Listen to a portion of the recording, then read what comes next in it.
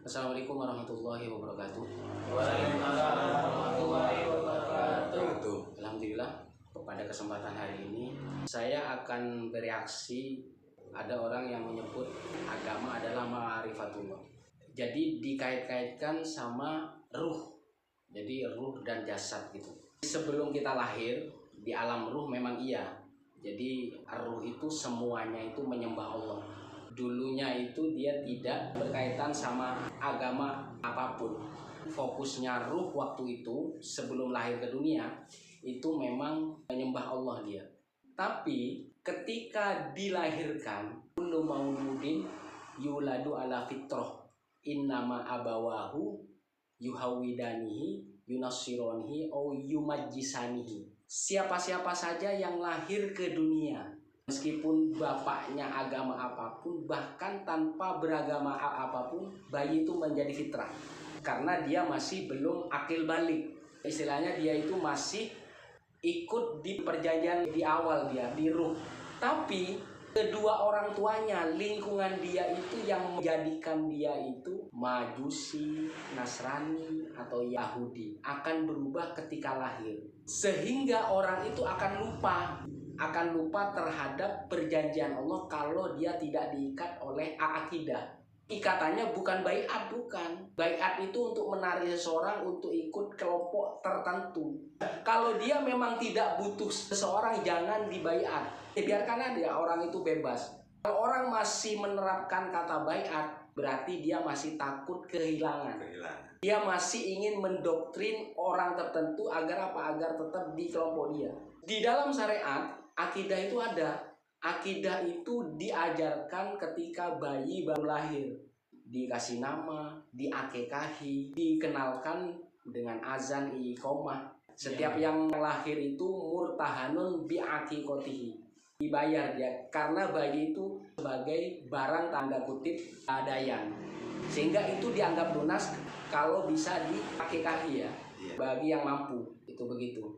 Terus ada yang berkeyakinan awaludin ma'rifatullah, akhiruddin ma'rifatullah. Jadi tanpa disebutkan di dalam akidah kita itu jelas. Akhiruddin itu apa? Husnul khotimah. Husnul khotimah itu juga bagian dari ma'rifatullah. Ada orang yang sering berdoa misalkan Allah makhtimna fi hadhihi bisnul khotimah wala takhtimna minha illa bisnul khotimah. Ya Allah, tutuplah kehidupan saya dengan akhir yang baik, dengan melihat Allah, dengan semua dosa-dosa kita di masa lalu atau selama kita hidup itu diampuni oleh Allah.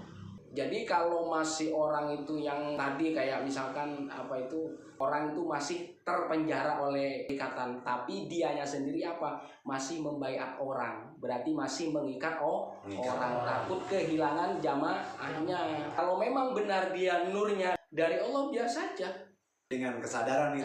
dengan kesadaran, meskipun itu sulit. Jadi kita meskipun bersyariat masih bisa menerapkan ma'rifatullah itu kayak gitu. Jadi bukan tanpa sholat, hanya di hati saja tidak bisa.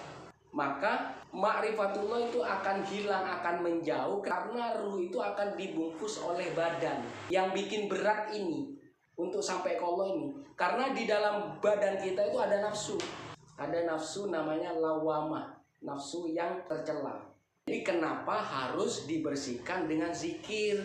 Bukan hanya sekedar zikir asal-asalan.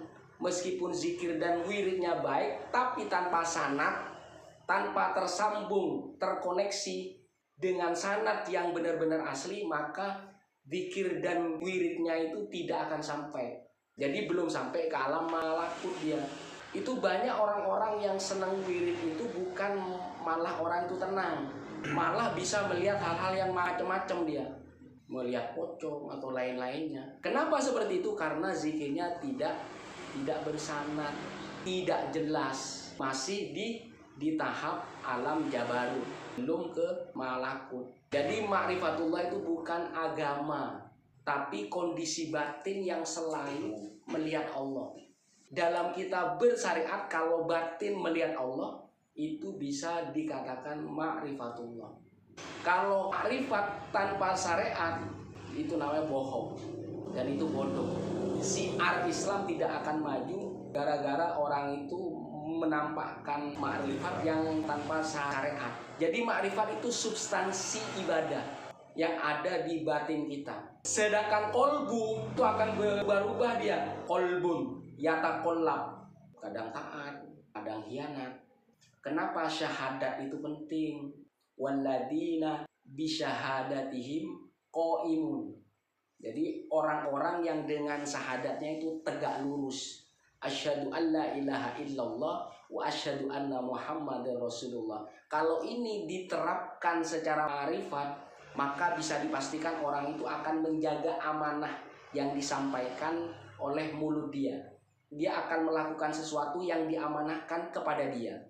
Kenapa seperti itu? Karena dia sudah menyaksikan, melafalkan saksi. Jadi bukan harus menyaksikan dulu, Allah dulu. Untuk menjadi wali tidak perlu belajar ilmu ma'rifat. Tidak penting ma'rifatullah ini. Yang penting prakteknya yang ada di dalam hati kita, di kehidupan kita sehari-hari, itu saja. Ma'rifatullah itu substansi.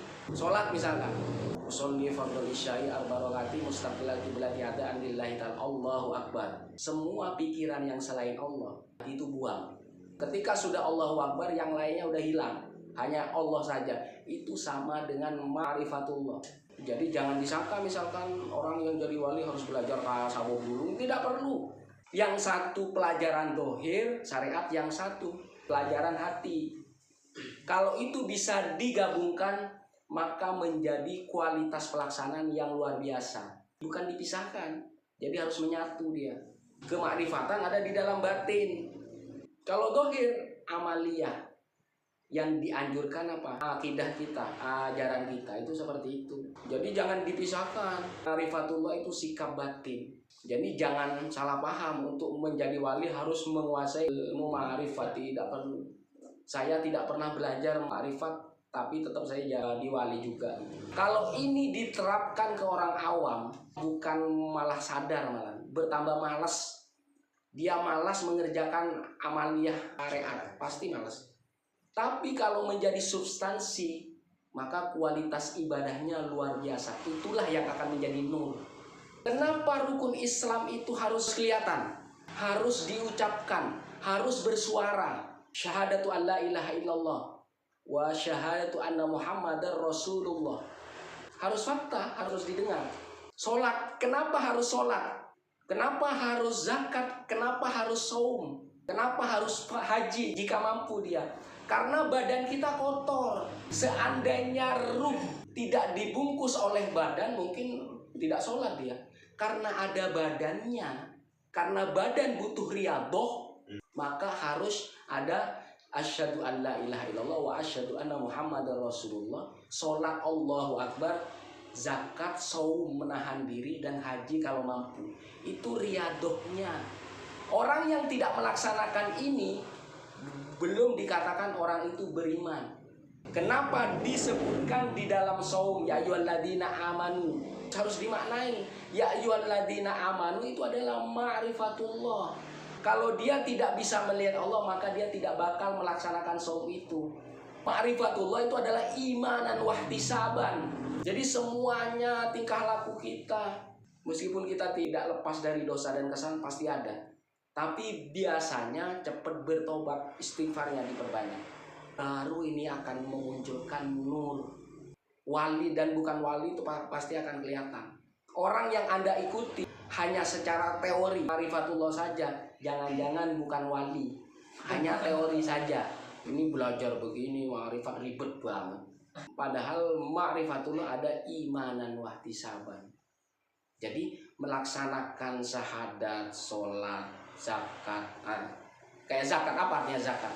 Tazkiyatun nafsi, tazkiyatul badan.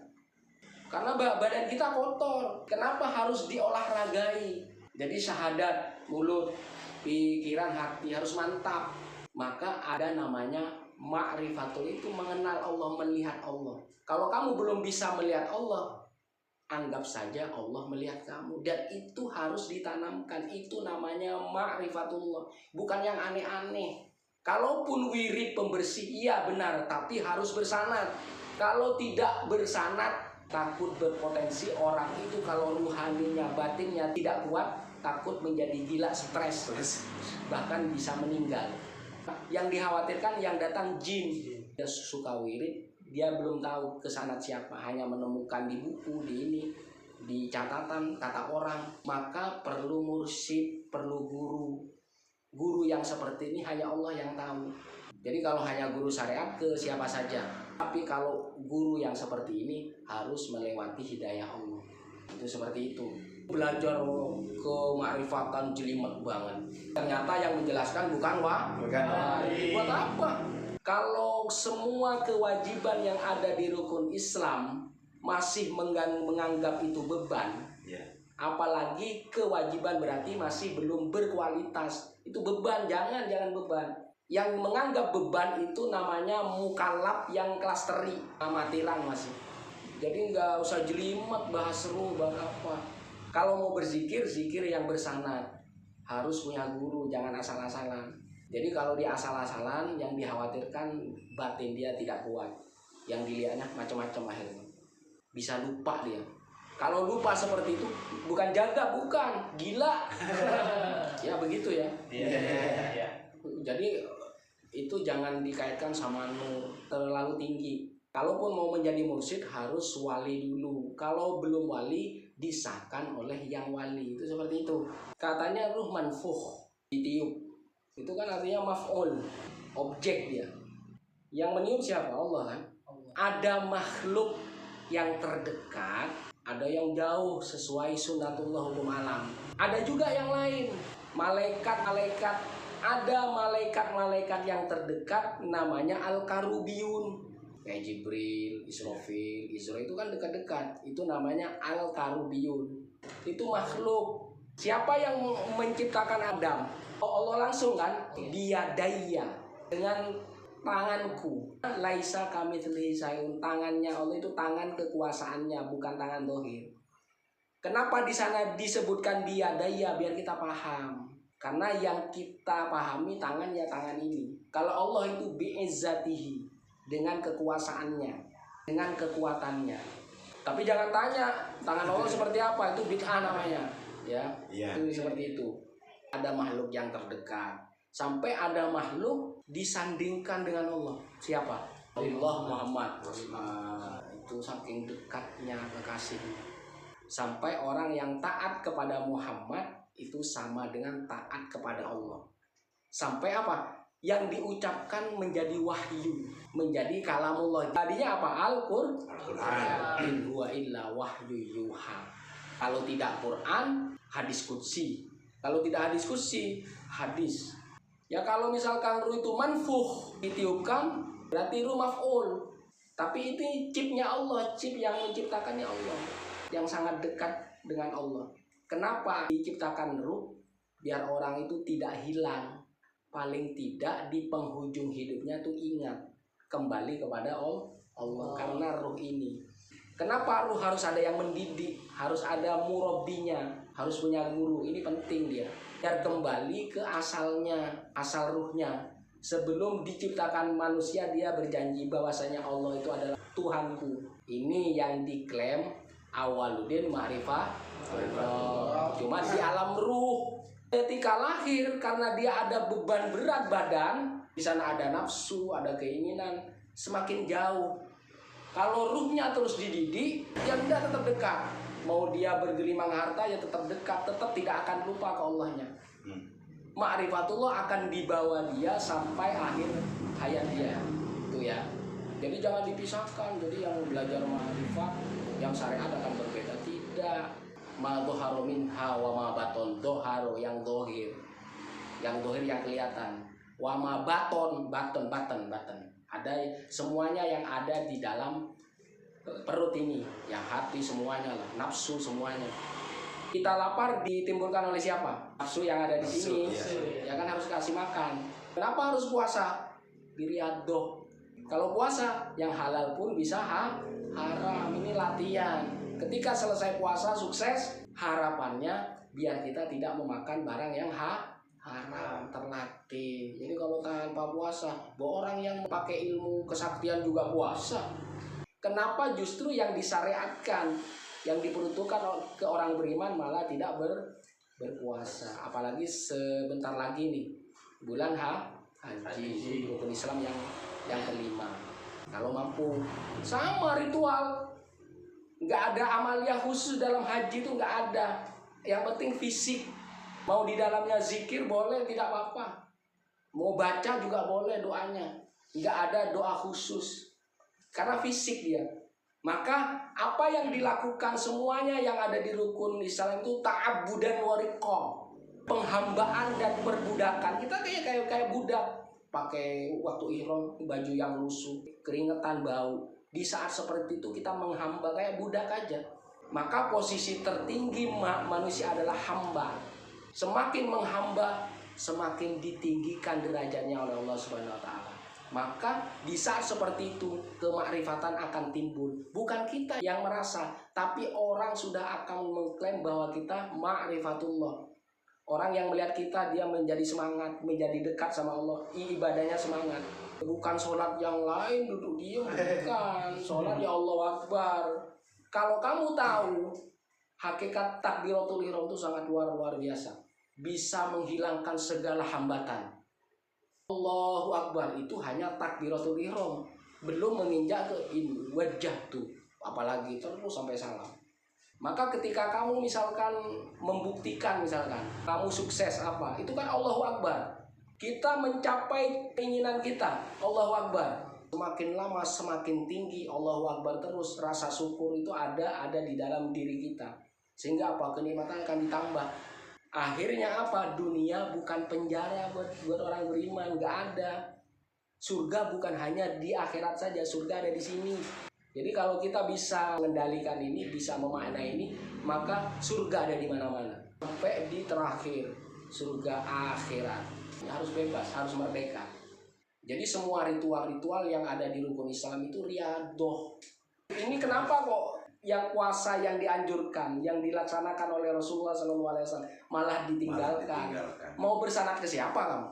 Katanya agama Islam itu hanya pendapat saja. Iya. Lah terus kita mau bersanad ke siapa? Wong kita melaksanakan pendapat guru-guru kita. Memang kamu punya energi yang sangat terang. Yang menerangi itu guru-guru kita, doa-doa dari guru-guru kita. Itu yang menerangi sampai ke Rasulullah SAW. Sampai saya bermimpi Rasulullah.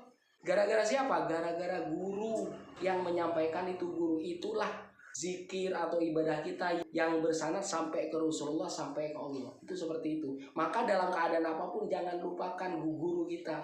Itulah yang menata ruhani kita, menata spirit kita, sampai kita timbul kesadaran di setiap waktu, di setiap tempat, yang akhirnya ma'rifatullah. Tuh seperti itu. Biar kita tidak jauh dari ruh kita. Karena sebelum lahir kita dibaiat sama Allah. Kita waktu itu bersaksi bahwasanya Allah itu Tuhanku. Tapi ketika lahir ke dunia, lingkungan kita yang membuat kita itu semakin jauh dengan ruh itu. Maka perlunya ada pembimbing ruh, yaitu guru. Yang tahu guru hanya Allah. Saya kalau untuk permasalahan ini, saya tidak membuka pendaftaran murid. Ini untuk menjadi guru seperti ini susah. Kalau dia mendapatkan petunjuk dari Allah langsung melewati mimpi, ya silakan. Tapi kalau orang mau belajar fikih, mau belajar apa itu bahasa asing atau yang lainnya, silakan. Mau baca kitab silakan, itu tidak masalah. Tapi kalau ke bab ini harus lewat Allah, karena ar-ruhu min amri rabbi, yang tahu ruh dirinya hanya Allah. Jadi kalau masalah seperti itu, guru seperti itu, saya tidak menerima murid, hanya Allah yang mempersatukan. Tapi kalau belajar yang lain, belajar kitab apa kajian, saya siap. Dan saya juga tidak gampang mengijazah orang. Orang yang berijazah ke saya itu orang yang benar-benar sungguh-sungguh. Nah, itu akan teruji di situ. Dan saya tidak pernah mengumumkan kecuali orang itu bersungguh-sungguh benar. Dan itu ketat. Harus dibayar dengan kesungguhan dia. Bukan masalah mahar, enggak. Bukan. Kesungguhan dia, apa dia benar-benar mengamalkan atau tidak. Kenapa kok harus bersungguh-sungguh? Karena ini akan menentukan hidayah perjalanan hidup dia. Karena setiap manusia pasti ada titik kesempurnaannya. Cuma orang itu biasanya jarang menggali itu. Apalagi baiat, ngapain orang di baiat? Orang yang asli, wali yang asli tidak perlu membaiat orang. Wali asli tidak butuh baiat. Mau orang kesini silakan, mau tidak silakan. Karena semakin membayar orang, semakin banyak tanggung jawab dia di akhirat kelak. Ayo coba pilih mana? Kenapa saya tidak membayar orang? Di pengajian saya nggak ada baiatan.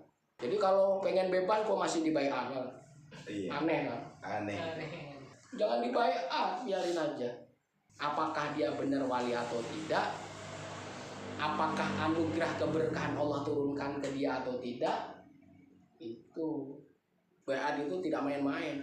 Kalaupun ada orang yang maksa, saya nggak mau. Kalau dia bersungguh-sungguh ingin belajar ke saya, pintu rumah saya terbuka lebar-lebar kapan saja, 24 jam. Asalkan saya tidak sakit gitu, sehat-sehat aja gitu ya. Itu seperti itu. Maka pengajian-pengajian itu ikatannya akidah, buhul, akidah yang diajarkan tadi. Sholat jangan asal. Hanya beberapa menit aja di dalam sholat itu sudah bisa bermakrifat. Luar biasa. Saya mendalaminya takbiratul ihram saja. Itu belum yang lain, belum ke salam macam-macam. Ruku. Sampai dulu Bani Israel ya. Disuruh Allah mendatangi Baitul Maqdis. Dia hanya disuruh Allah hanya ruku saja. Itu segala permintaannya, dosa-dosa dia yang di masa lalu Allah ampuni. Cuman apa? Dasar Bani Israel dulu nyeleneh kan. Kesempatan yang dari Allah yang luar biasa itu malah untuk mengolok-olok. Disuruh dia ruku malah merangkak, saling sungguh, itu kan salah. Jadi melecehkan. Kalau dulu Bani Israel itu sangat dimanja oleh Allah Subhanahu wa taala. Cuman dia tidak pernah tahu diri, tidak mensyukuri itu.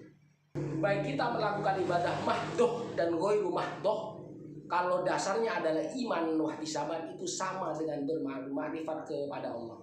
Dalam keadaan tidur, mau mengantuk, mau lelah, itu sama. Saya nih, menurut orang-orang lah, saya enggak ini. Jadi kalau dianggap orang nur, itu bukan nur saya, nur guru yang merekomendasikan saya untuk menjadi wali, yang mendoakan saya untuk menjadi wali. Disampaikan ke Rasulullah, disampaikan ke Allah. Saya bukan berdiri sendiri, guru yang mendoakan, yang menjadikan saya seperti ini. Ketika sudah selesai posisinya merdeka. Setelah saya terapkan, saya tidak mengikat orang-orang, bebas. Ntar kesini sementara, mau ada butuhnya silakan, dia terserah. Apalagi mau menghadapi orang awam. Dia ingat ketika waktu butuh saja kan. Iya. Asli wali itu tidak butuh siapapun. Itu adalah praktek namanya. Ya silakan. Meskipun ada orang yang maksa bayar, saya nggak mau. Kecuali di zaman Rasulullah SAW, baiat. Karena syiar Islam sangat dibutuhkan waktu itu. Siapa yang menyampaikan ke mereka kan harus setia kan? Betul. Apa yang disampaikan oleh Rasulullah sama ketika disampaikan ke orang Quraisy. Karena minim waktu itu orang Islamnya. Orang yang setianya minim. Maka butuh baiat. Terserah ngapain, orang udah ngerti. Kalau kamu tadi yang disampaikan TM itu pengen bebas, nggak ada sekat, kenapa kamu menciptakan sekat-sekat itu dengan baiat? Ayo coba pikir. Orang yang wali asli itu tidak penting baiat orang. Orang mau ikut terserah, mau tidak ikut terserah. Semakin dia membayar orang, semakin banyak dia dipertanggungjawabkan kelak di akhirat. Itu seperti itu. Karena ini melibatkan hidayah. Mau orang maksa enggak? Jadi kalau pengen seperti itu ikut aja di pengajian, ya, ikut aja. Jadi tadi jelaskan nggak ada sekat katanya. Ternyata dia yang bikin sekat. Baiat, apa artinya baiat? Baiat itu janji setia. Janji setia. Udah mau menjarakan orang namanya kan? Betul. Iya kayak gitu. Ya enggak. Mau ikut silakan, enggak. Apalagi membahas tentang dia bermimpi Rasulullah atau tidak. Jadi misalkan dia tidak bermimpi, dikatakan mimpi itu tidak boleh. Jadi kata Rasulullah, man kadzaba alayya muta'ammidan falyatabawa maq'adahu minan nar. Barang siapa yang bohong mengatasnamakan aku, maka tempat yang layak buat dia adalah di neraka. Jadi kalau mimpi-mimpi itu harus jelas. Surahnya harus jelas. Yang dilihat apa? Karena Rasulullah itu tidak bisa diserupai oleh yang lain. Intinya dasar kecintaan kita kepada Rasulullah Sallallahu Alaihi Wasallam. Jadi kenapa kok saya bermimpi Rasulullah? Tapi bukan saya aja yang datang, guru. Kenapa tadi zikir apapun itu bersanad maksudnya, biar sampai ke Rasulullah. Ternyata terbukti kan? Terbukti. Saya mimpi Rasulullah. Saya bilang ini wajah itu benar itu. Kenapa? Amaliyah yang disukai Allah itu apa? Sujud. Itu amaliyah penghambaan yang paling tinggi seorang hamba. Sujud. Kalau kamu bahas ma'rifat, pasti akan berkaitan sama kewalian. Apakah nama kamu tercantum di langit atau tidak? Ayo coba tes aja. Ayo coba minta sama Allah istikharah. Apakah saya cantumkan atau tidak? Semua amaliyah teori kemakrifatan harus sesuai pengalaman. Biar orang awam tuh semangat menuju Allah. Torikoh itu bukan hanya mu'tabaroh saja. Ada torikoh yang ghairu mu'tabaroh tapi sampai ke Allah. Perbedaannya apa? Belum didaftarkan ke Jatman. Ya, tahu kamu torikoh saya apa? Torikoh saya nih Halimiyah Khidiriyah. Ada kaitan masih sama Nabi Khidir, ada kaitan. Tapi belum didaftarkan, kan begitu. Saya bisa aja mendaftarkan, tapi sudah diamalkan lama. Iya. Jadi orang awam itu jangan disukai yang jelimet-jelimet. Membikin sholatnya, ibadahnya aja berkualitas sudah top. Jangan jelimet nur. Emang nur kamu berapa watt? Masih nurnya kamu 5 watt, bagaimana menerangi orang lain? Ujung-ujungnya harus dibayar. Harus dipastikan dia ada di lingkaran kamu. Ngapain? Di satu sisi kamu ngomong penjaranya dunia, ada penjaranya orang beriman, tapi di sisi lain kamu memenjarakan orang, buat apa? Itulah khalifah yang sesungguhnya. Khalifah tidak butuh kekuasaan. Khalifah itu diberi mandat, diberi kuasa, meskipun dia tidak mau, tapi harus dilakukan. Jadi tes yang asli apa enggak, kalau ujung-ujungnya misalkan ini meragukan, ini perkataannya orang wali, tes di langit aja, ada strukturnya enggak? Ngomong ngalor ngidul kemarifatan tapi bukan wali. Masyarakat kalau mau mengikuti kewali aslinya, jangan mengikuti orang yang ngomong kewalian secara teori ilmiah, seolah-olah ilmiah, kata-katanya aja ilmiah. Kata-kata bisa disetting, kadang hiperbolis, kadang kayak mau ngagung-ngagungkan, padahal nurnya dikit 5 watt. Kan begitu. Jadi kalau misalkan mau dites di langit aja ya. Kemakrifatan tuh jangan menjelimati orang, bikin orang mudah tuh yang kita setiap hari amalia. Jadi seperti ini ya, Pak Ustaz. Malah merusak tatanannya. Itu Tatanan yang sudah. kalau ada tatanan baru malah sama-sama. Iya. Jadi sama-sama berjalan memudahkan yang lain. Ada alternatif yang baik, tapi Iya. jangan melanggar tatanan, jangan, nggak boleh. Kalau diamalkan sendiri silakan, terserah.